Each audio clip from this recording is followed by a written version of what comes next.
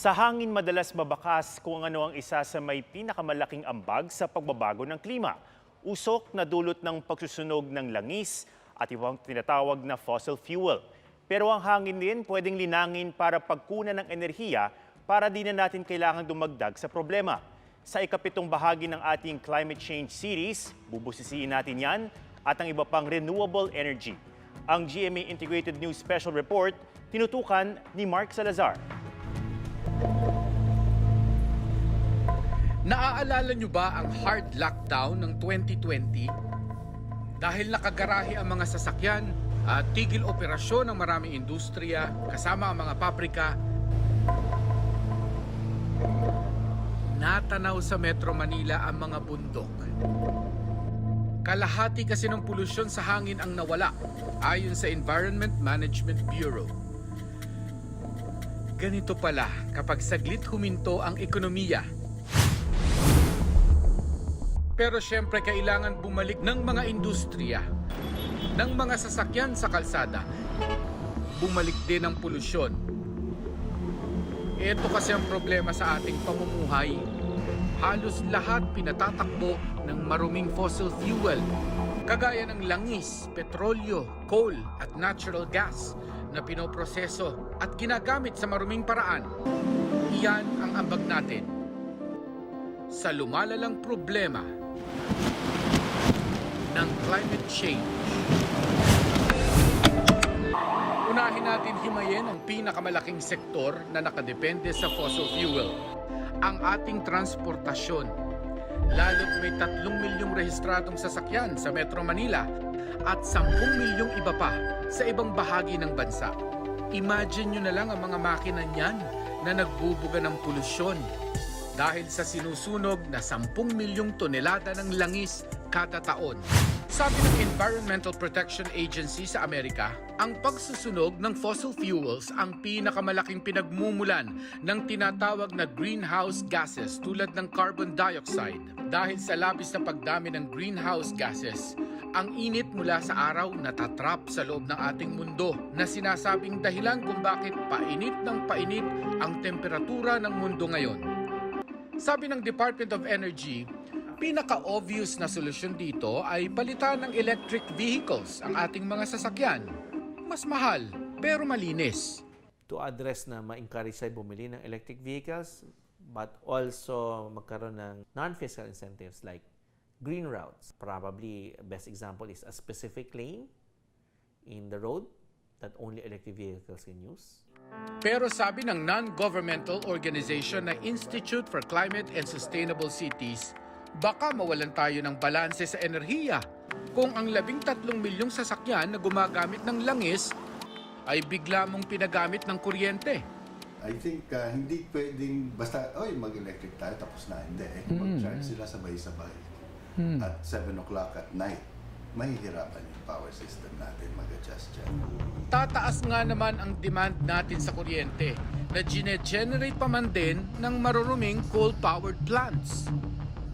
Wala pa nga iyan, mahigit sa kalahati na ng ating demand o 62 million megawatts ay nanggagaling sa coal-powered plants. Sa Philippine Energy Plan ng DOE, lilipat na raw tayo sa mas malinis na renewable energy. To be exact about it, 35% of our power generation mix should be 35% renewable by 2030. By 2040, it should be 50%. Hindi raw ito imposible dahil nagawa na raw natin ito noong 1980s.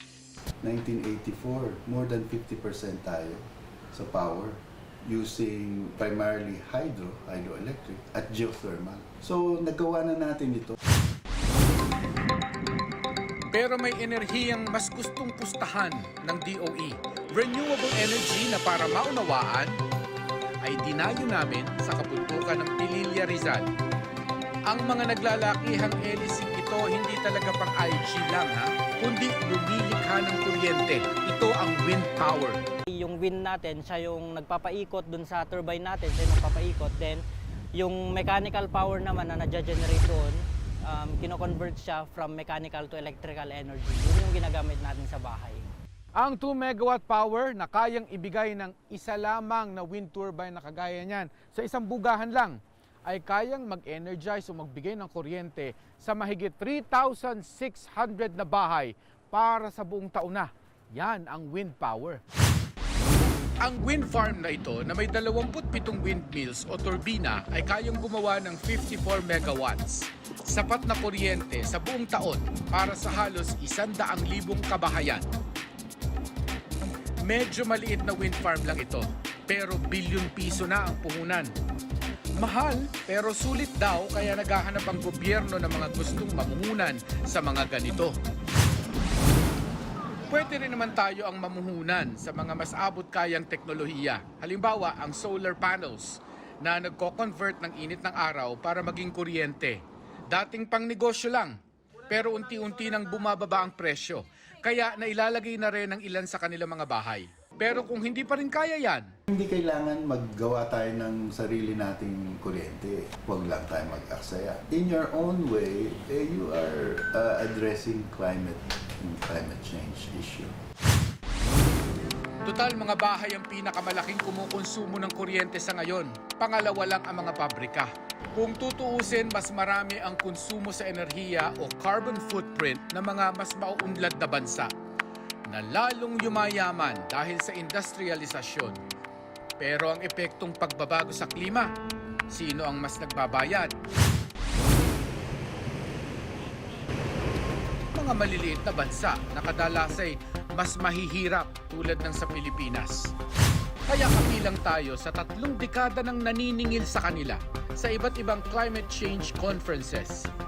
Hanggang sa wakas, nung 1 taon, pumayag ang maraming mayayamang bansa na mag-ambag sa Loss and Damage Fund sa United Nations na ilalaan sa mga bansang apektado ng climate change. Ang tanong na lang ay magkano at paano yan makakarating sa atin? Mauubos talaga ang maruming fossil fuel. Talagang wala tayong choice kung hindi ang gumamit ng renewable energy. Yung matutunan natin ng teknolohiya ng mga resources na hindi nauubos kagaya ng hangin, ng araw, pero dekada pa ang ating tatahakin papunta sa teknolohiyang yan. Pero ang mahalaga sa ngayon, papunta na tayo doon. Para sa GMA Integrated News, Mark Salazar, nakatutok 24 oras.